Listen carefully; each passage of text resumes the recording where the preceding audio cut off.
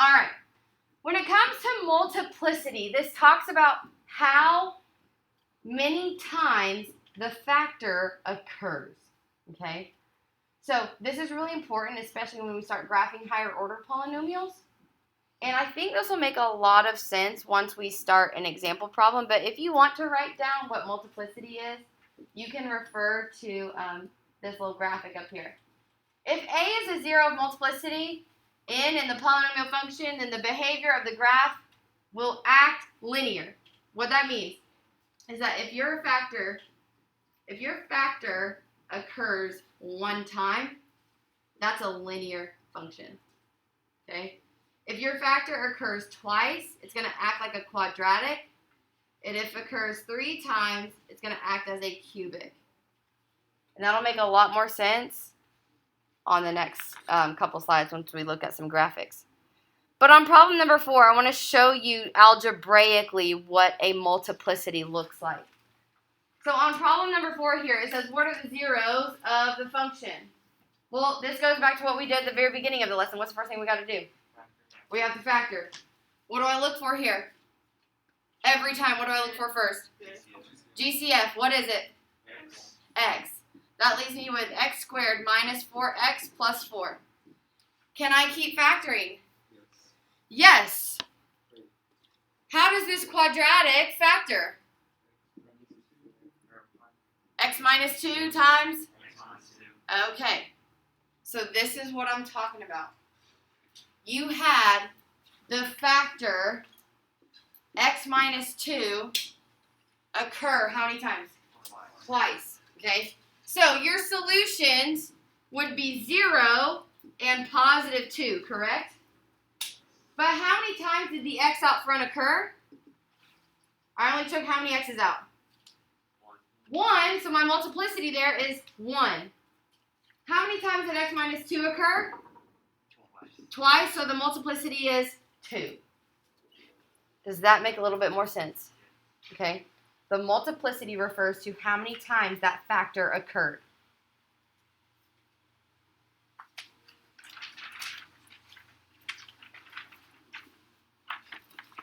Okay. Let's dissect what that looks like on a graph. If you have a multiplicity of 1, that kind of looks like what we opened up with, right? When we did our rough sketch, yeah? Okay. So right here, you have x plus 2, x minus 2, and x minus 3. Did any of those factors repeat? Or did they have a squared on them, right? Representing they occurred twice? No. Okay. So what's happening at all of those solutions on the graph? You are going straight through the solution if your multiplicity is 1. Again, why would I go straight through it? Because it's linear.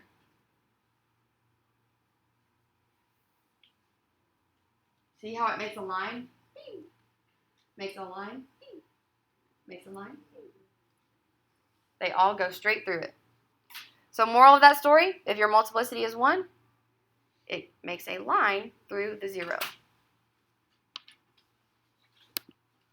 Okay? You can just look up here. Follow along with me up here. Again, x plus 2, that only has 1. The x only has a 1. Do you notice x minus 3 has the squared? That means it occurred twice. Now, let's talk about this. This means that x equals negative 2 is a solution, x equals 0 is a solution, and x equals 3 is a solution, correct? Okay. At negative 2, it's going straight through it, correct? Because its multiplicity is 1. What's happening at 0? Straight through it, because its multiplicity is? Okay. At 3, its multiplicity is 2. 2 refers to a quadratic, right? See how this made a little baby parabola here? Okay? We call that a bounce if your multiplicity is 2. Okay? So it'll bounce off of the x-axis. Y'all see that? Okay? What was the multiplicity of 1? Straight. Multiplicity of 2? Bounce. Multiplicity of 3? Okay? What do y'all want to call it? I'll tell you what I call it. But I want to figure out what y'all want to call it. Wiggle? A wiggle? A wiggle? I call it a snake.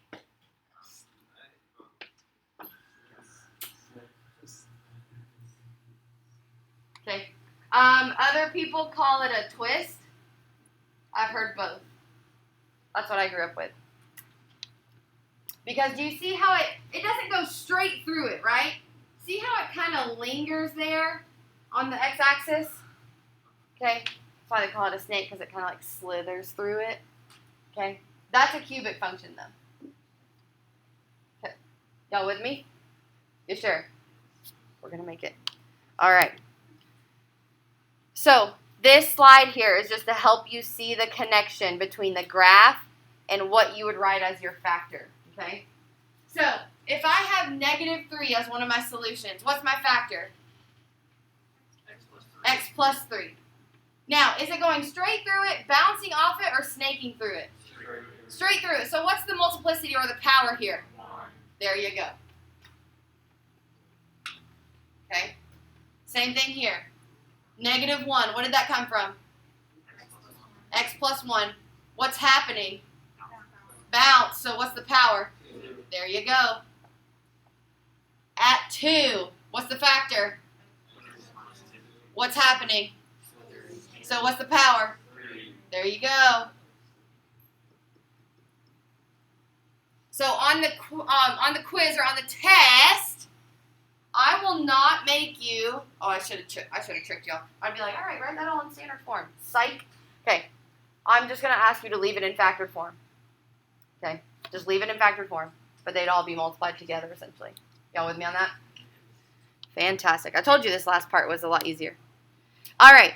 Do y'all feel as if you need to practice that? No? Okay. If you do, friends on the video, feel free to do so. We'd be more than happy to answer any questions that you have. All right. Last little bit, and we got 5 minutes. This is perfect. We're going to put everything together that we have done today. I know this is one of the longest sections, and y'all have been super awesome. We are putting everything together that we have done today. Okay? Starting from the very beginning to what we just talked about with multiplicity. So here we go. You're given an equation. They want you to find the zeros, and they want you to graph it. What's the first thing we're going to do? GCF. We're going to factor and find those zeros. We're going to take out an x squared, and that leaves me with x squared minus 8x plus 16. Can I keep factoring? Yeah, we have to. What multiplies to give me 16 has to give me -8. -4, -4. So let's find the zeros here by using the zero product property. So that means I'm going to split everything up and set it equal to 0. If I have x squared is equal to 0, what does that mean? X equals 0, but what does that squared tell me? It has a multiplicity of 2. There you go. What about x minus 4? What's my solution? X equals 4 with a multiplicity of what? 2. Good job, because are these not the same? Could I have written this as x minus 4 quantity squared and not written that last one? I could have. Okay. Either way. So we have 2 solutions that we need to plot on our graph. So let's get it.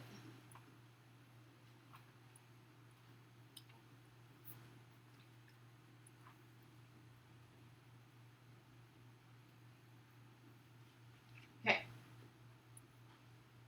So we're going to cross at 0, and we also cross at 4, correct? Okay. So we did our zeros. Check. Y-intercept, what is it? 0, 0. Don't we already have that plotted? Yes. Got it. In behavior, what do we know? Positive, even, good job. So it's up and up. So to the left of that is up, and to the right of that is also up. Okay? All right. Last thing, turning points. Okay? As you approach the 0 here, are you going to go straight through it, bounce off it, or snake through it? Why are we bouncing? Multiplicity of 2. Good job. So we bounce off it. Now, between two zeros, what do you know? There has to be a turning point. Is it relative minimum or maximum? Relative maximum. And it's going to turn somewhere. I don't know. Could I take the time and figure that out if I wanted to? Sure. Okay, it's going to turn, though. And it's going to hit this next zero. Now, what's it going to do off 4? Why is it bouncing? Multiplicity of 2. And I have to end going up, correct? All right. Does this fall in line with the fundamental theorem of algebra? Probably. You're asking me that question, so I'm going to say yes. Okay? Hold on 2 seconds, friends. Listen to this. It's real important. Fundamental theorem of algebra says you have how many solutions? 4. But I only plotted 2. But since the multiplicity of each of them was 2, that's where your 4 solutions come from. Okay? Y'all with me on that? All right. That is the end of 5.2. If you have questions, we would love to see you come in and ask them.